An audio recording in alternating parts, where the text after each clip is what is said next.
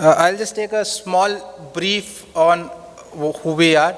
Though Arya Collateral is one of the oldest collateral management company in terms of the year of establishment, but it started primarily with ICICI Bank in 2003-04, and then it got restricted to ICICI Bank till 4 years back when we, who were on the other side as bankers, took over majority stake in the company and started running it. We are currently present in 16 states. We have team who has experience of agri, banking, and the commodities and the logistics side. We look at collaborations with the bank, end users, the farmers, and the farmer producer organization, just trying to cover a small bit of what NBSC does. So the understanding of the commodity and the CBF related risk, since we have been on the banker side since 2003-04 when the product was developed or it was rolled out in the market. So we try to give a balance in terms of the custodian perspective as well as the lender's perspective. Now, in terms of the lender's perspective, there are certain other risks apart from the management of the commodity.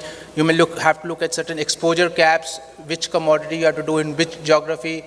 Like, for example, funding basmati in south may invite trouble for you because you may not be able to liquidate in case of default. You may not like to take exposure much more, or say 5-7% of the total production of the commodity. Tomorrow it may backfire that you are holding a huge stock of a commodity and you may not find buyers. Then you have security, how to create charges on it.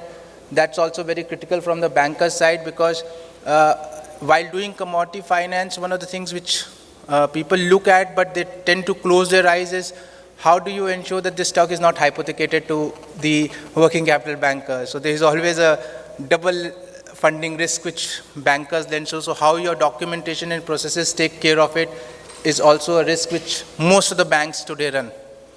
Then what kind of a profile you are looking to lend at and the exposure linked to that profile.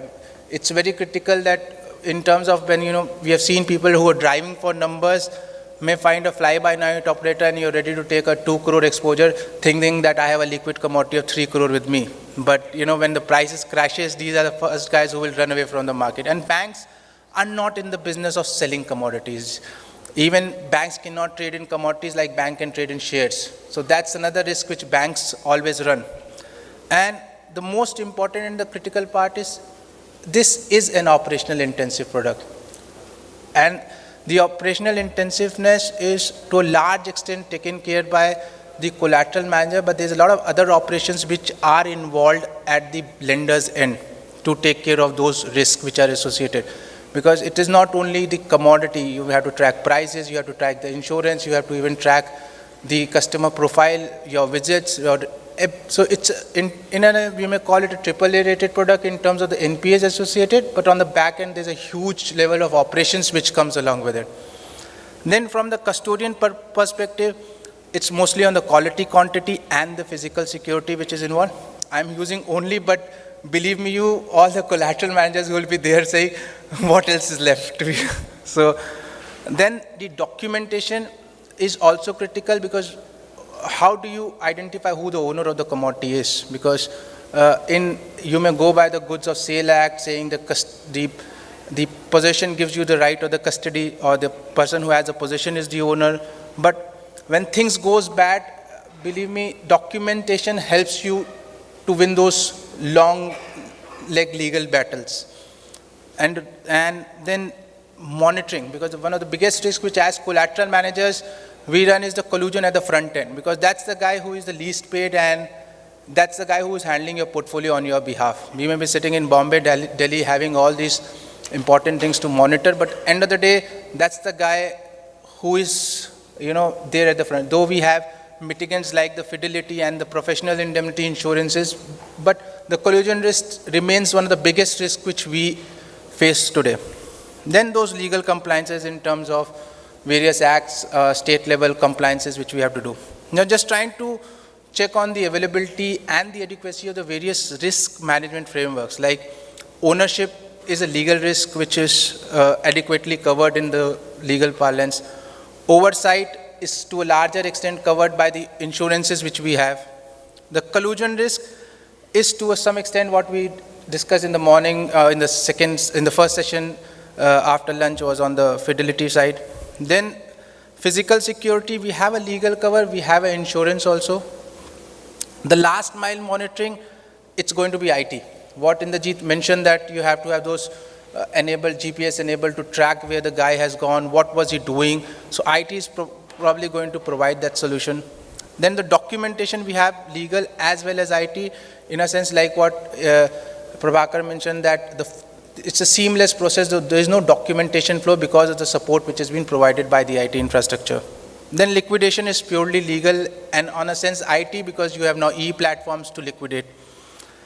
Now, some of the illustrations over and above what Indrajit has mentioned, which will help the industry going forward. Now, the more this industry expands, there will be exposure on smaller warehouses, because you have to go granular, and with the amount of focus which the banks especially have on the priority sector lending, where capping per farmer is capped at 50 lakh rupees, these will be smaller warehouses, say 500 ton, 1000 ton warehouses.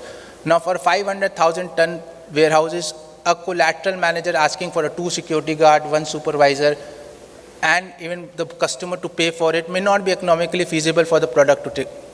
So there is some technologies which are, I would not say as good as a CCTV monitoring which has to be done, but these are basically deterrents which can ensure the loss, if at all happens, are minimized. We have companies like Securance who provide this alert-based system, wherein you have a unit which has some motion and shutter sensors installed in it. It's a pin-based system, so person who is managing the warehouse can go pick up the shutter and punch in the pin to disarm it. In case if there's some authorized person who opens the shutter, there's an SMS which is sent to 2-3 different people, and also a follow-up call also goes in. So a module is evolved around so that person reaches the warehouse in, say, next 20-30 minutes. And since these being bulky commodities, the amount of loss in 20-30 minutes will not be more than, say, 10-20 bags in case. So that's how you cap your risk, and the cost is reduced. Then the entire, these log calls and all gets recorded, and a log is available at the end of the day. Now, in terms of the audits, now audits and inspections forms a very critical part for the collateral managers and as well as for the lenders. We have 2-3 different models in which banks operate.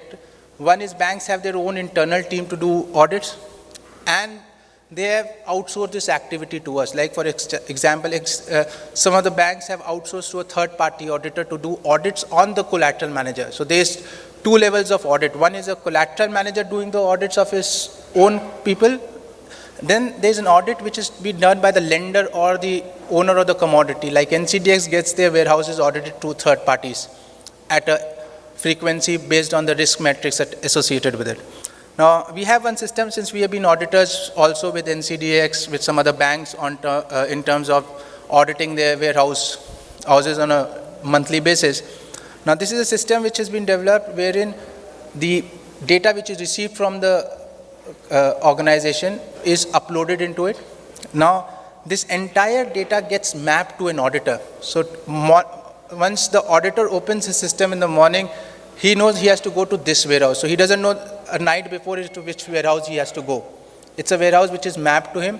He takes his tablet, goes to the warehouse, all the details are punched into the system. He verifies it and then punches those details in the system. And then it comes to the HO. And while he is doing this audit, in the software itself, he can take pictures and attach to the warehouse which he is auditing.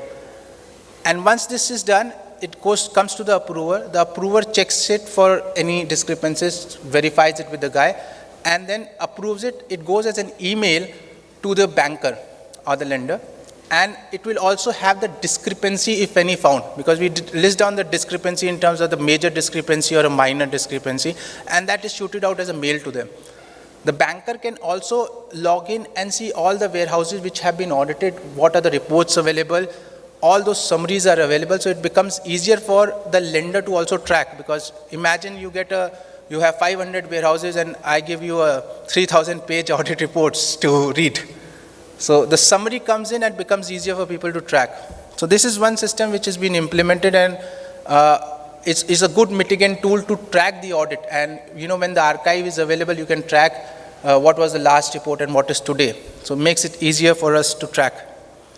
Now, other one is a very critical point which I just thought and Indrajit has covered it appropriately, just trying to re-emphasize more on it.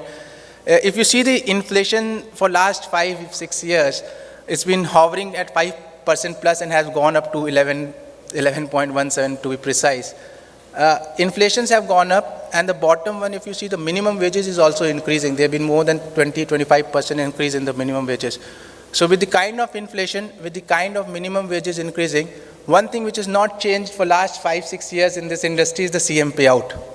And for the entire business model to run, the CM is considered as a person who is taking the biggest risk and acting as a custodian.